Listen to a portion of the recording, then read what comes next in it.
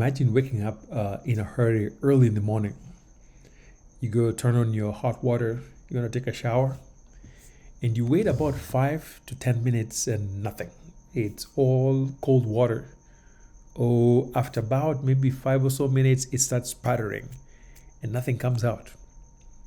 You jump onto the next shower, same thing, and probably you have more than 2, 3 showers in the house. You try exactly the same thing up and down.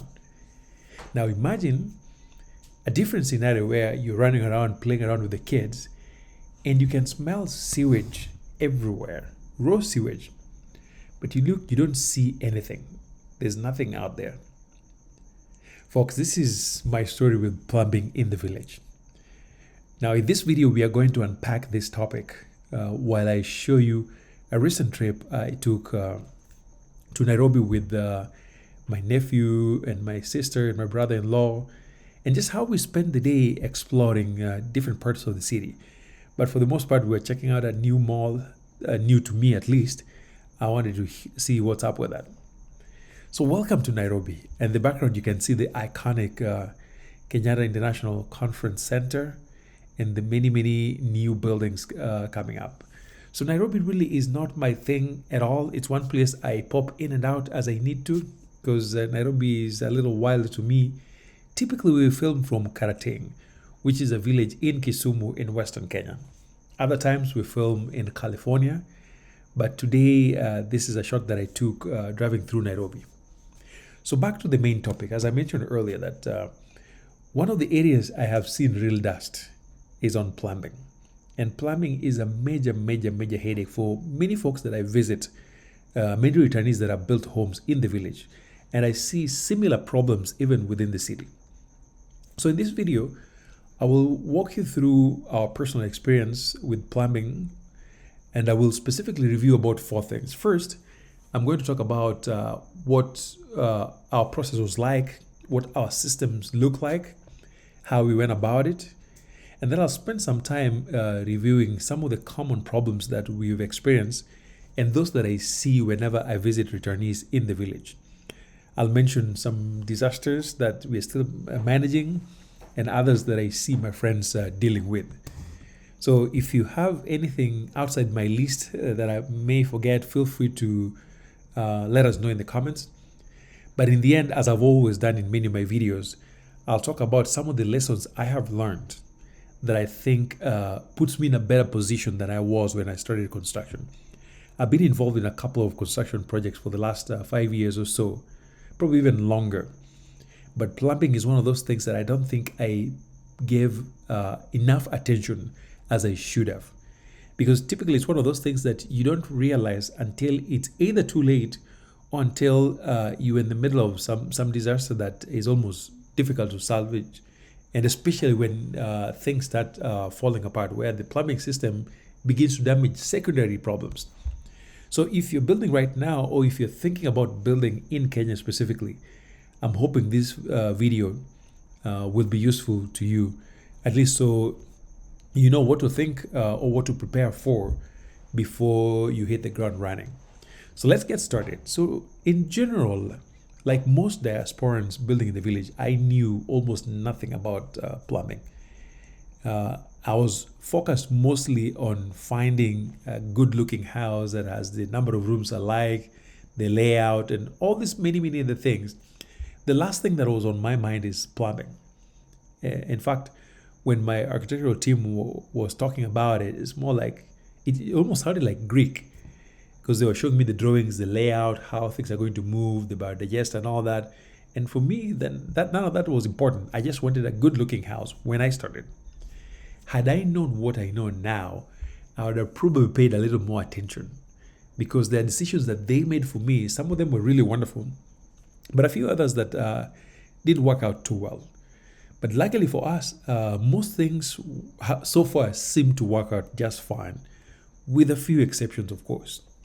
So I'll give you a rundown of the type of plumbing system that you have. And remember, when I'm talking plumbing, I'm talking about gray water and then the clean water system. And this technically does not include water from the roof and all that, even though that should be part of plumbing. But yeah, I'm just going to focus mostly on gray water and clean water within the house. So as many of you have seen our house in the village, we have two levels.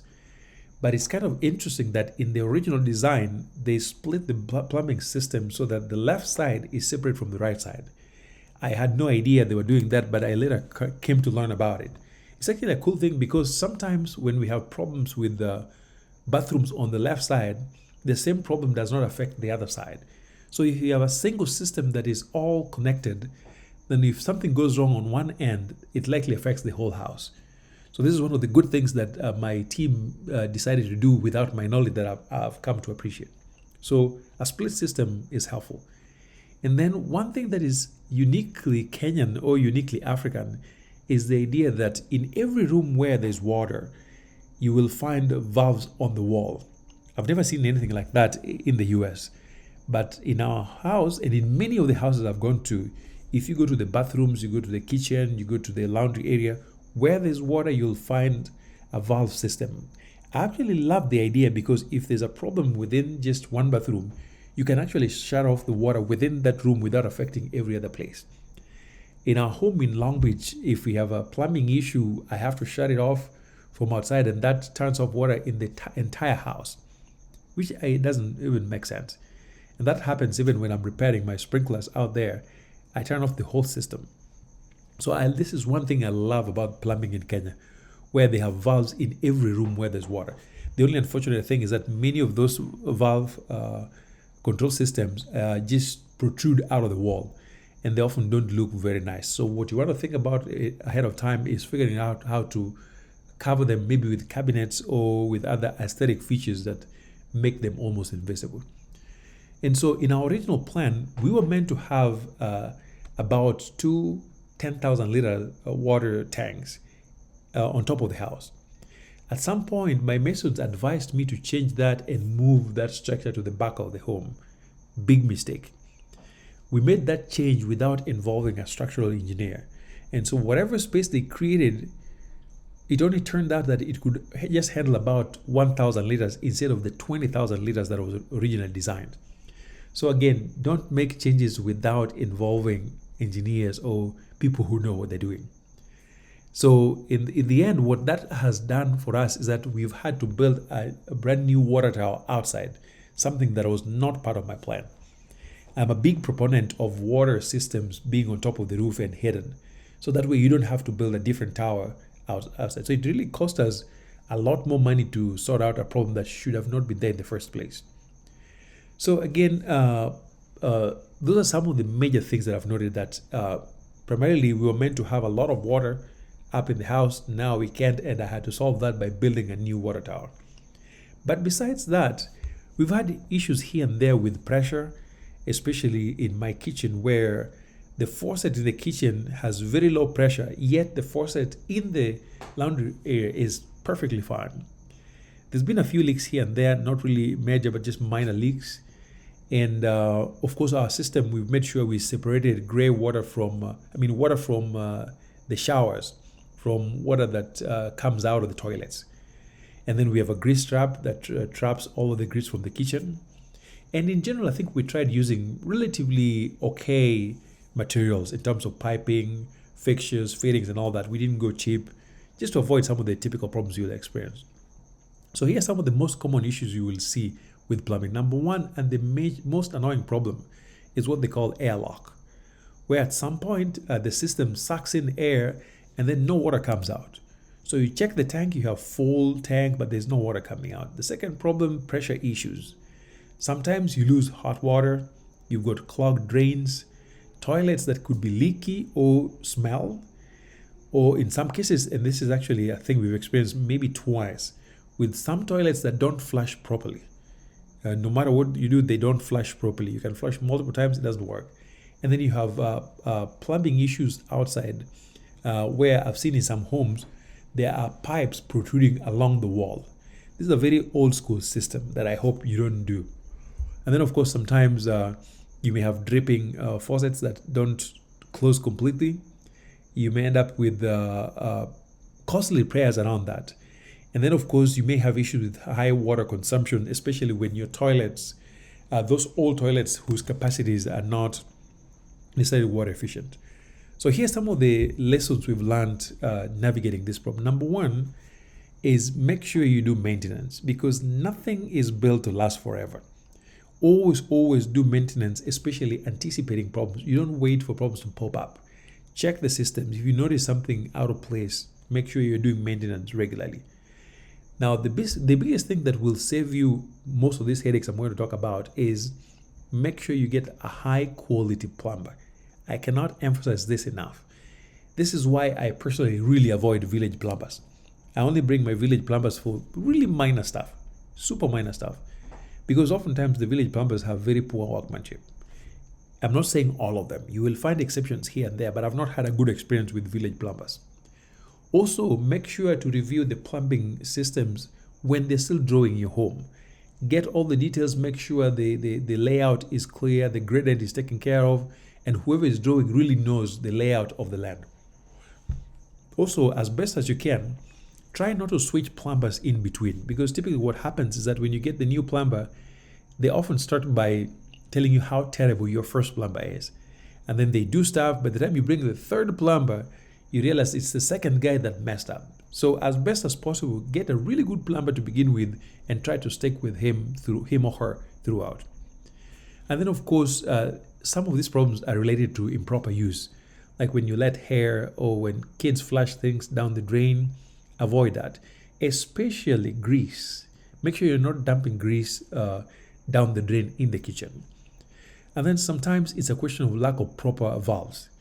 That issue of airlock, which is very common, the most annoying issue, you can solve it by making sure that your systems have proper valves that lets the air out of the system. Otherwise, you will always be needing to undo the airlock, which typically means you find the lowest point in the house, open up and let all the water flood out. It's a very messy process, but not fun.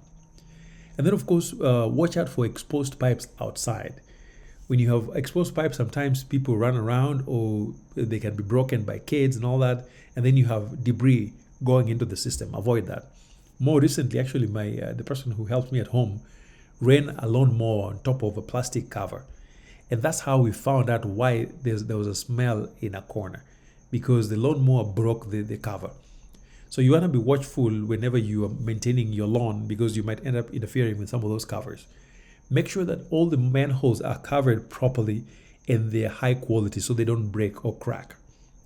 And then of course, the issue of gradient is really important in terms of pressure. If your house sits low, make sure that your clean water system is put high enough and you have a larger system that helps with pressure. And then of course, we often say that make sure that you're not using cheap or problematic faucets. Like in our case, even though the kitchen faucet was not cheap, it was just one of those problematic ones that really does not let water out with proper pressure. So be thoughtful about the faucets you use.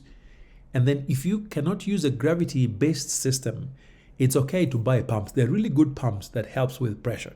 So that even if your house is one floor, with proper pumps, you will not have problems with pressure. Make sure to clean your tanks, because oftentimes the city water or the well water is dirty. Clean them, or there's a specific type of trap you can put to filter the dirt before it gets into the tank. So again, this also speaks back to the issue of making sure you're doing maintenance. Because without maintenance, which could be something as simple as just cleaning tanks, then you're looking into major problems ahead of you. And then of course, there are inefficient hot water systems. I've talked about solar. Use solar pumps for hot water systems. They are way more effective than the ones that we typically put on the roof. And then of course, make sure to create a space for a tank on top of your house. So that way you don't have to build a separate tower out there. And this has to be done when the house is being designed. So well, I hope this was useful, and I will see you in the next. Thank you.